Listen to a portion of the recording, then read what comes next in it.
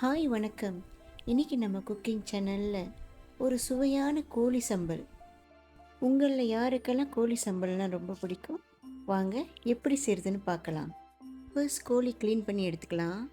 சிறிதளவு மஞ்சள் தூள், இஞ்சி பூண்டு விழுது, கொஞ்சம் உப்பு சேர்த்துக்குவோம். நம்ம கோழியெல்லாம் அழகாக மெரினேட் பண்ணி எடுத்துக்கிட்டோம். இப்போது சூடான எண்ணெயில் கோழியெல்லாம் பொரித்து எடுத்துக்குவோம். இந்த ரெசிபி ரொம்ப ஈஸி தாங்க, கண்டிப்பாக நீங்களாம் ட்ரை பண்ணுங்கள்.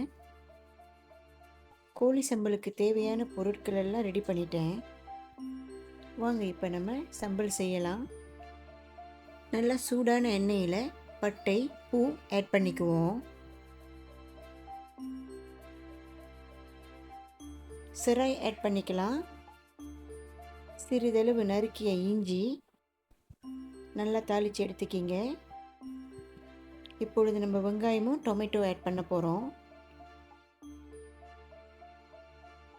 நல்லா எண்ணெயில் வதக்கி எடுத்துக்கிங்க.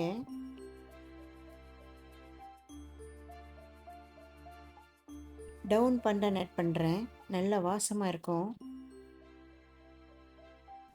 இப்போ நம்ம அரைத்த இஞ்சி பூண்டு மற்றும் சின்ன வெங்காயம் ஆட் பண்ணுறேன். அரைத்த மிளகாய் ஆட் பண்ணிக்குவோம். நல்லா காரமாக வேணும்னா கொஞ்சம் கூட ஆட் பண்ணிக்கிங்க. நல்லா எண்ணெயில் வதக்கி எடுத்துக்குவோம். சிறிதளவு வாட்டர் ஆட் பண்ணுறேன். தேவையான அளவு உப்பு சேர்த்துக்கலாம். நான் இங்கே கொஞ்சம் சீனி சேர்க்குறேன். நீங்கள் ஆயிஸ்டர் சாஸ் சில்லி சாஸ் கூட உங்களுக்கு வேணும்னா நீங்கள் ஆட் பண்ணிக்கலாம். சம்பல் நல்லா வெந்து வருது. இப்போ நம்ம பொரித்து வச்ச கோழியெல்லாம் ஆட் பண்ணிக்குவோம். இந்த ரெசிபி ரொம்ப ஈஸி தாங்க. இந்த கோழி சம்பல் நசிலமா, நெய் சோறு அதோடு சேர்த்து சாப்பிட்டா ரொம்ப சூப்பராக இருக்கும். நல்லா கலந்து எடுத்துக்கிங்க. இறுதியாக கொஞ்சம் வெங்காயம் ஆட் பண்ணிக்குவோம்.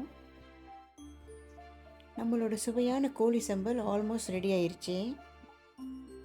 நான் இன்றைக்கி நெய் சோறு ஆக்கியிருக்கேன்.